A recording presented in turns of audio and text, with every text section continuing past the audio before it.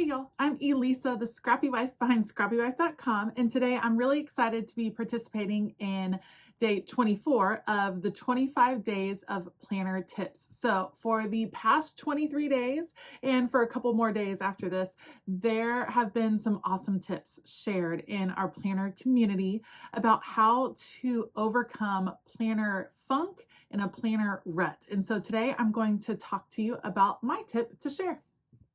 Okay, first off, let's talk about if there is a difference between being in a planner funk and being in a planner rut. And I do think there is a slight difference, but I think there's some common ways that you can get out of either of those. So being in a planner funk to me has more to do with kind of your mental health, things that are going on in your life. You might just not feel the energy to get into your planner. And that I think has happened to all of us at different times when we've had different demands on our schedule, and it just can feel overwhelming almost to get into your planner. You can just feel like in a funk that it's not bringing you the same amount of joy as it has in the past.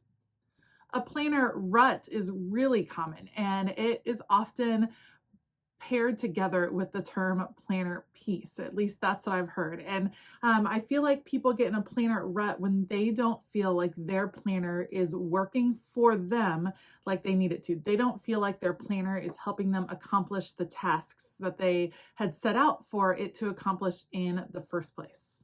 A planner rut can happen at all different times. It might not even have anything to do with your mental health. You might be feeling super great, super like ready to go take on the world, and it feels like your planner is just not helping you get that task done. And so oftentimes when we feel like we're in a planner rut or even a planner funk, our first inclination is to buy something new, to continue searching for that elusive planner piece and try something new, get a new planner, get a new layout, do all the things, buy new stickers.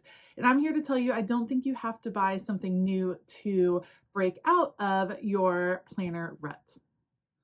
Like so many of us, I definitely experienced a planner funk when COVID hit. It was going from using my planners in a lot of ways to be really productive, to schedule all the things, to all of a sudden there was nothing to schedule. And I still needed to be really productive in my stay-at-home job, but all of a sudden I had a lot more responsibilities in my stay-at-home job, and I just couldn't make my planner work for me. It just felt like a drudgery to get into my planner because we weren't going anywhere, but yet I was still feeling tired, and I was feeling guilty that I was feeling tired even though we weren't going anywhere. And it was like this crazy cycle. And so I stepped away from my regular planner for a little bit and kind of just shifted my perspective into what I wanted my planner to help me do. That being said, let's head over to my desk and I'll show you my tip for breaking out of your planner rut. Okay, so we're just going to look at this vertical layout. You can do this particular process with any layout. Whatever planner you have, try this process. So when I'm feeling like I'm in a planner funk, a planner rut, I need to change things up. I need my planner to inspire me more, get me more organized, do something. I start like this. So I take Post-its, the little ones, and I kind of label each section right now for what I use it for. So for me personally, this would be like my catch-all planner. So in the top, I usually like to do my schedule. In the middle section right here, this is where I have tasks or to-dos. The bottom tends to be a little bit random, so I'm going to leave that open. A lot of times over here on the side, I do gratitude.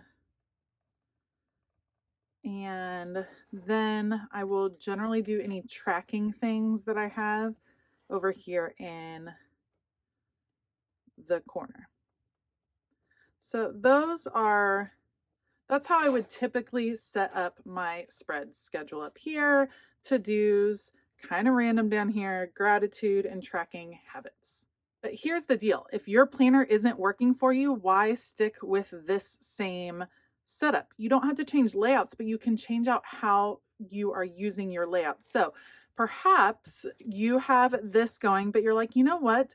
this isn't really helping me. I'm not feeling great. I need to do something with my wellness, and it's too hard for me to keep track of wellness somewhere else. So I need like a wellness thing going on. So I got my wellness, and then there might be some other things that are going on. Maybe you are tackling a big project at your home or at your work, and so you need project info. So that might be, cleaning out your house, getting things done, things like that. So I'm going to add just those two. Those don't have a place. This is what I have. And I'm going to take the Post-its off, move them to the side.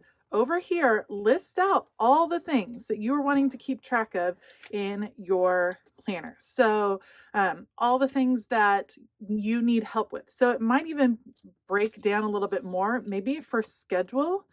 You might need, if you're a mom like me, a busy mom, you might have kids' schedule as one category, because my kids' schedule needs a tracking all of its own. And then I might change this to my schedule.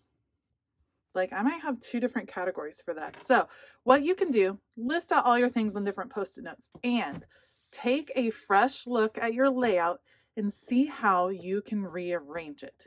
Let me show you how. So I might decide, what's most important to me right now is my wellness. I haven't been feeling good. I want to really focus on my wellness. So you know what? I'm going to give that a priority in my planner. That's going to be right up here.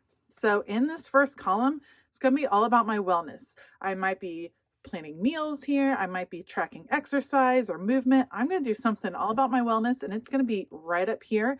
And you know what else I'm going to do is maybe I'm going to do gratitude. I might do both of those up here, wellness and gratitude. We'll see. I might decide to change it around. I do need to know my kids' schedule. It doesn't excite me, but I'm going to put it in here because that's a must-have for me. I need to know what my kids' schedule is, but you know what? It doesn't have to be at the top anymore. I'm going to move it to the bottom because while I need it, it doesn't excite me. I'm, tired of planning boxes around it. So I'm going to just move it over there a little bit. I'll probably need to know my own schedule, but to be honest, my schedule right now, not super complicated because I'm working from home. So I can probably keep my schedule over here, and that special project I'm working on, I'm going to keep that task list over here. So maybe I'm working on cleaning out the house. Maybe I'm working on a renovation. I'm going to do my task list for that right there. I'm going to track habits, and then I have tasks or to-dos. So I might decide, well, let's do what habits am I going to track? I can keep those here. And then I might decide, you know what, I'm going to do my kids' schedule here, but I'm going to they don't have a lot going on Sunday. So I'm going to kind of block off Sundays for tasks and to-dos. So I'm going to reimagine how I use my planner, rearrange things on the page, and give me a fresh look at what that looks like. Let me give you another example. So you take all these off, and you move things around and you say, you know what? I have my monthly pages. So this is my monthly layout for December. It tracks my kids' schedule and it tracks my schedule. I don't need any more than this. This is like the basics of the schedules. This is what it looks like. So you know what? I don't need any of that on my weekly planner anymore. I got in a rut thinking that that's what my weekly planner layout was supposed to be, and that might not be what it needs to be anymore, because why double it up? So I'm going to move that out of here, and instead I'm going to track some habits that are important to me, and that's going to be right up here, whether I'm dividing up this box and I'm doing water, making my bed, and doing the dishes before I go to bed. So those are the 3 things I'm tracking, and I want to check that off each day and give myself a little gold star, a little like running awesome, good job. I'm going to keep my running task for a to-do list. I'm a list person. I'm going to list it over here. Gratitude is how I end my day. So let's kind of put that there in the middle, and I'm going to do wellness here in the middle. And guess what? I'm going to just add an extra page for that project. I'll just add an extra page right here in the middle where I can transfer that, because hey, it's an ongoing project. I want to be able to transfer it week to week. We'll do something like this. So you can change it up. You do not have to track things, plan things, put things in the same place that you have always put them. How can you change it up? There are lots of different ways. Try not to box yourself into what you've always done. Changing it up triggers your brain to think about it in a different way, because all of a sudden visually it looks different on your page. So for me, for instance, this is how, let me take this out. Most of my weeks look: schedule, tasks, random. You can see schedule, tasks, random. Schedule, task, random. So what I can do, if I do something different, my brain is immediately going to be like, whoa, that looks different. It's going to stop. It's going to intrigue me. It's going to challenge me, probably in a good way, to consider things differently, shuffle it around in my head, and change it up. So the Post-it method, using this to track the different things that you are wanting your planner to do for you, and then figuring out where you can actually track those things. Use this method, change it up to break out of your planner rut. I hope that tip was helpful. It probably seems silly to say that Post-its help me break out of my planner rut, but it's true. Reimagining how your planner works for you and using Post-its to help you accomplish that can really reinvigorate your love for planning. I want to give a huge shout out to Tamara. Thank you so much for inviting me to be a part of this 25 days of planner tips. If you don't follow Tamara, she is the paper and pen girl. You can find her on YouTube and Instagram, of course. So I will link her down below. You're going to want to make sure to head back over to her channel on the 26th, where she's going to do like a wrap up of all these tips. Plus she has an awesome playlist so that you can check out all of the other planner tips that have come before this one and the one that comes after this one. I also want to make sure that you go and check out Martin Made Co. That's Kimberly, and she went yesterday, and you're going to want to check out her planner tip as well. So I will link her in my description box, her YouTube channel. So make sure to check that out. I would love to read your comments below on if you think there's a difference between being in a planner rut and a planner funk, and how you've broken out of either of those in the past. Feel free to share below. I know lots of people like to read the comments, and so you're going to be able to pass your inspiration along to others. So leave those in the comments. I would love to read them as well. Thank you so much for joining me today. If you are new to this channel, please consider subscribing and checking out all the other content I have. I really appreciate you being here. If you liked this video, please give it a thumbs up. I hope that you have a fabulous day, and if you celebrate, a wonderful Christmas. Good luck getting your planners all set up for 2022, and as always, keep it creative.